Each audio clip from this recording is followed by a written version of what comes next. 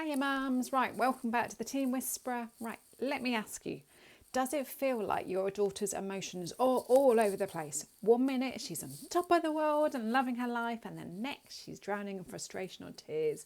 She goes from 0 to 100 in like 2 milliseconds, and you're left feeling what the hell's going on here?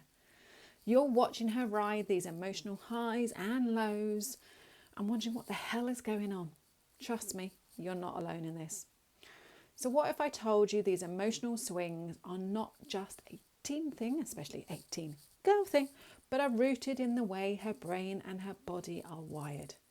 And what if there were real, effective ways to help her manage these emotions, starting with understanding how her brain and her hormones and her body work together and work against her?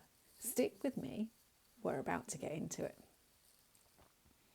So let's start with the science behind these emotions. First, during the teenage years, your daughter's brain is still developing, especially her prefrontal cortex, which, as you know, I talk about quite a bit. That's the part of the brain that's responsible for those things like impulse control, emotional regulation, calming down after big emotions. But it's still under construction. It doesn't come fully online until she's in her mid-20s. And logic doesn't even come into it. So she's naturally going to struggle with regulating her feelings when things get overwhelming for her. So now combine that with the amygdala, the emotional centre of the brain. In teen girls, this part of the brain is much more active than in boys. So when something stressful happens, her brain reacts like a fire alarm, a 5-alarm fire. Even when to you, it may not seem like a big deal. This isn't just drama, this is her biology. This is her physiology. So let's not forget about those hormones. You know, the ones that keep getting blamed for her behaving like this, for her periods, for this, for that. Everything gets blamed on her hormones. But it's not just about estrogen and progesterone playing a role here. There's also serotonin and dopamine, which are neurotransmitters that directly impact her mood. So when her estrogen levels fluctuate, like they do during her menstrual cycle, that 28-day cycle that we suffer with, they actually influence her serotonin levels. Serotonin being the feel-good chemical in her brain. So low serotonin can lead to feelings of sadness or irritability, making it harder for her to manage those emotions. Dopamine, on the other hand, is the brain's natural reward chemical. When she gets a like on social media or achieves something she's been working on, her brain gets that massive rush of dopamine, making her feel good in that moment. But here's the thing. When she's constantly seeking that dopamine hit through that social media, her brain is getting used to those quick, sharp bursts of pleasure. And over time, it becomes harder for her to feel satisfied with normal everyday life. This constant craving for dopamine from her phone and her tech can actually make emotional regulation far worse. So when your daughter is constantly scrolling through social media, she's not just comparing herself to others and feeling not enough. Her brain is literally rewiring itself to crave those dopamine hits. And the more she relies on social media for those feelings, the harder it becomes for her to handle disappointment, frustration, or just the normal ups and downs of life. And this is the key. Her emotional regulation is deeply tied to her brain chemistry. If she's constantly getting that dopamine hit from social media, she's less able to handle moments when things don't go her way. Her brain becomes less flexible at managing emotions, which is why you might see her spiral, especially downwards, when something small goes wrong. Her brain's reward system is way out of balance. So how do you help her manage this? Well, it all starts with understanding her physiology, and this is where I come into, and giving her the tools that work with her brain and her biology. Brain and body. Breath work is a massive game changer, and no, it's not as simple as just saying, just breathe, because you're more likely to get slapped.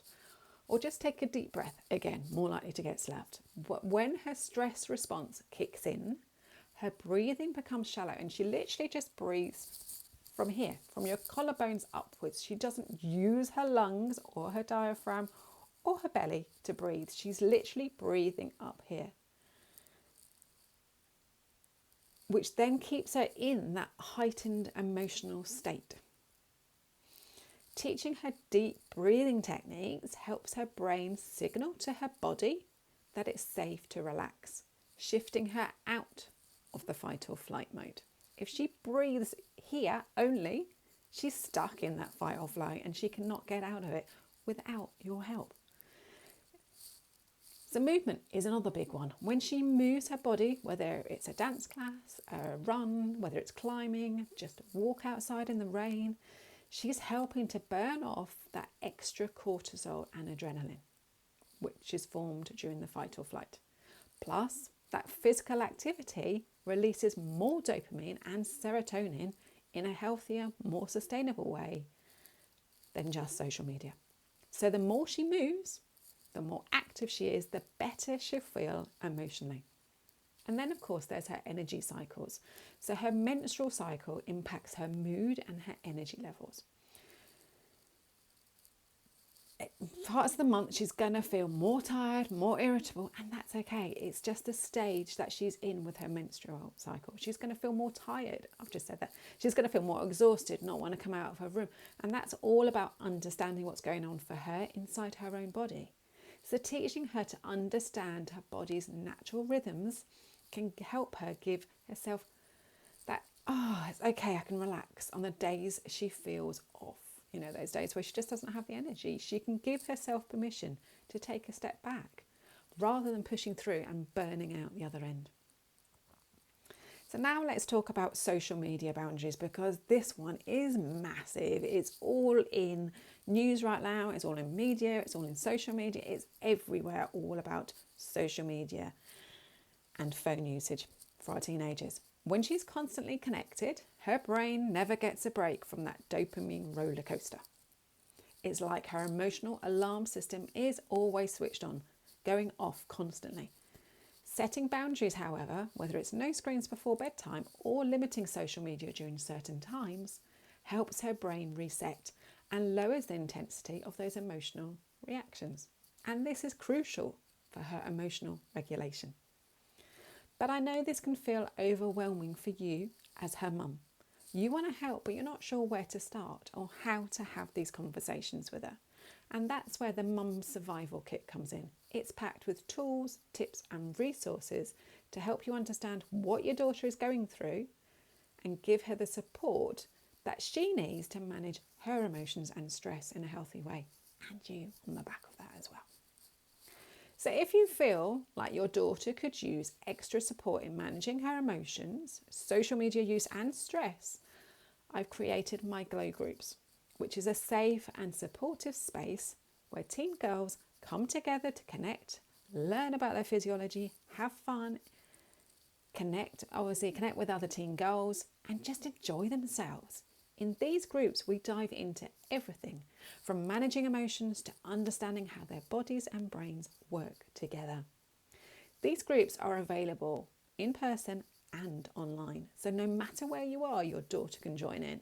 So if you're curious to learn more, just connect with me using the word GLOW and I'll send you all the details.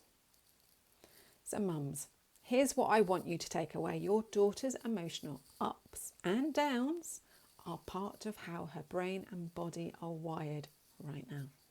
She's not being overly dramatic. Her brain chemistry, her hormones, her physiology, and even social media all are playing a role. But by understanding this, we can give her the tools she needs to manage these emotions. So remember, it's not about fixing her, but about helping her understand herself and build resilience within her own body.